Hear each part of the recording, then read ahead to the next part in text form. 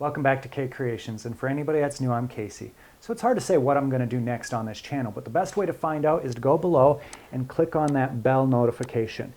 Last time, on my last video, only one person watched the video because they were notified, but I'm still glad a bunch of you watched, so thank you.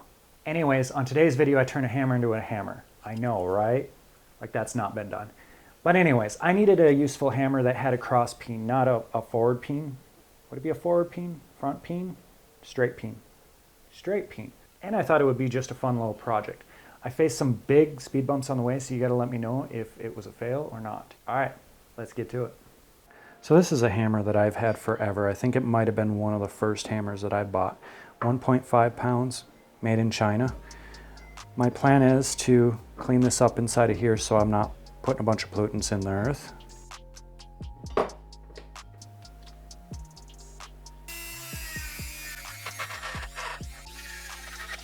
And now I want to take and clean all this up, and I'm going to end up doing some work. I want to take and try to make one edge squarer, and the other one I want to turn into a cross peen.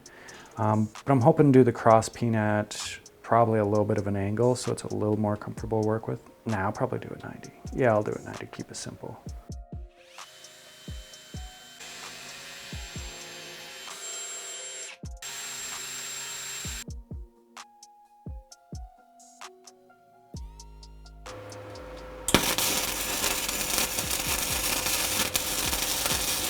By the way, I never said this was going to be a very good welding job or necessarily a good practice to do with a hammer, but it's what I'm doing. I was a bit worried there for a minute that I didn't quite goober this up enough, so I decided that I would experiment with my welding and try to add a lot of heat since it's a big chunky piece of metal and I'm not used to welding that stuff, so it got even worse, which, yeah, that's okay. So I'm going to basically do some grinding, and then I'm going to fill in holes and grind and fill in holes, and hey, just like any other beginner welder.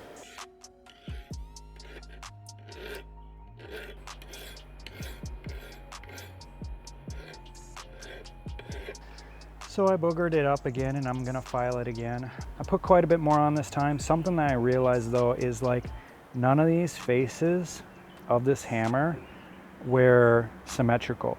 Like, I think this was like a plug that just came out and they just quickly ground and sent it out. I mean, that's how you get really cheap hammers, right? Is you don't pay attention. So nothing on this is square. It's getting there, it's getting squarer, almost too square, but I'm shooting for pretty square before I round the edges off.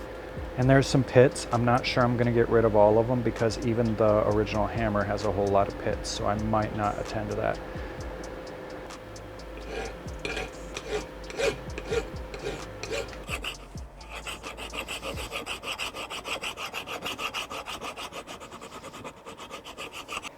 So you can actually see the difference in the two metals, and they're not perfect welds. This is flux core, which makes it very dirty welding. Probably a bad idea, but I think what I'm gonna do now is work on the other part, and that way I can anneal this because some of this is fairly easy to file and some of it has just become a nightmare. So here I am making charcoal again. A different way of looking at it is I'm burning wood to burn wood to burn. All right, guys, I don't even know if it's gonna be worth it, but I'm gonna find out. Right now, I'm preparing some charcoal.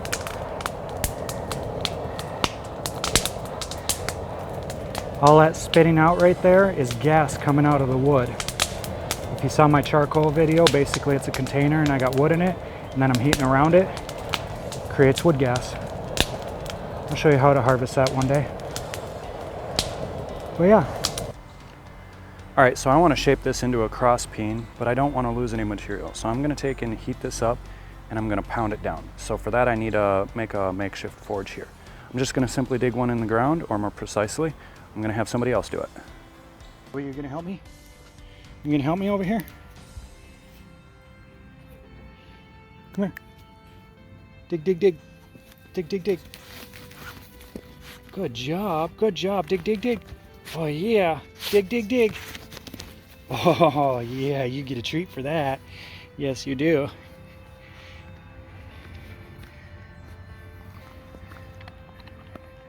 All right, I gave you food, slave. Back to work. Dig, dig, dig. Dig, dig, dig. Come on, dig, dig, dig. Dig, dig, dig. Dig, dig, dig.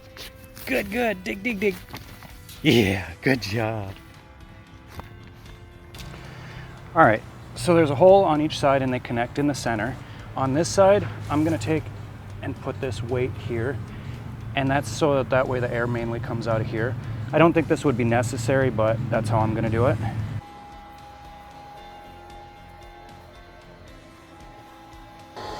This takes forever. It'd be nice to have a forge, wouldn't it?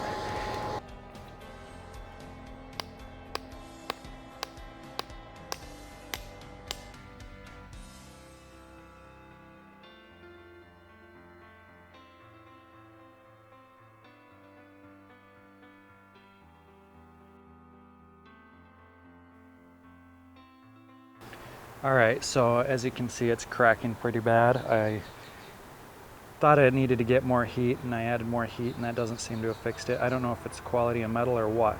So I'm gonna do what I didn't want to do, and I'm gonna grind this, and maybe I'll put a bead on the front to make sure I have a quality or better quality metal on the front. But this is just kind of starting to crumble apart, and I'm pretty sure I had it hot enough, but I'm not sure. Leave me a comment below.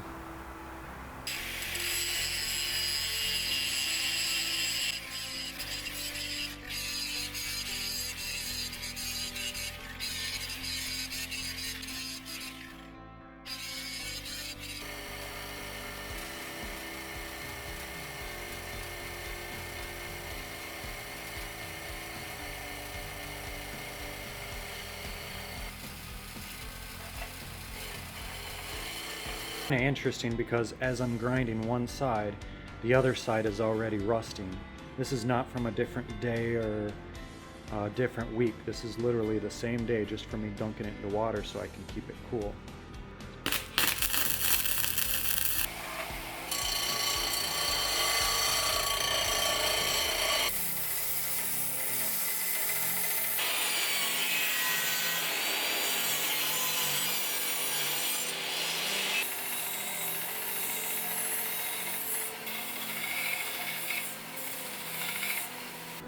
Okay, I softened most of the edges, and I took and I cleaned these areas up. I will talk about this towards the end of the video. Right now, I got this roughed in. Now I just press it in here, and then I tediously take it, and where it looks like it needs more, I just go around and do this, and then I refit it, and do it again, and do it again, and this is really a tedious process. So I'll bring you back once it's up here. For not doing this in a long time of fitting an axe or a hatchet or anything, I'm really ecstatic with how that turned out. It's a near perfect fit in there. Let's finish up so we can talk about the big ugly thing in the room.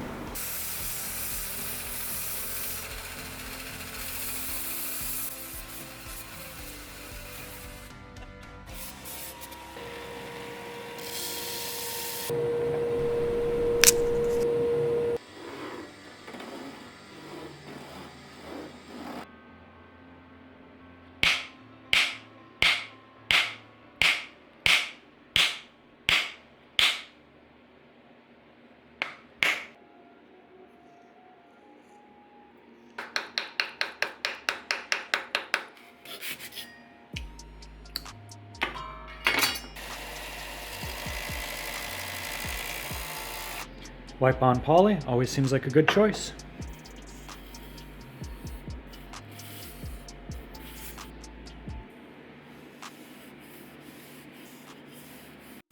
All right, before you cast your vote on whether or not this is safe, I want to bring up the big issue if you didn't catch it. The welds don't quite look right, and I don't know if that's because of the difference in metals or if it's a potential weak spot. And that's exactly why I didn't harden it. I don't want to take a further chance of having a piece fly off when I'm using it.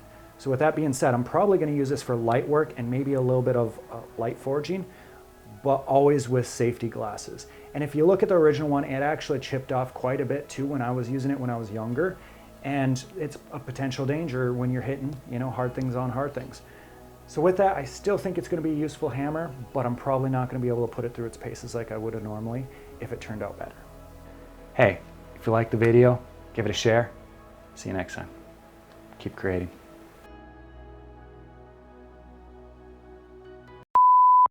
With that in mind, I'm also going to make sure that I'm using this for either light work or when I have a helmet on. A helmet. I need a helmet apparently. Do you want to know what the next video is? Do you want to know what the next video is?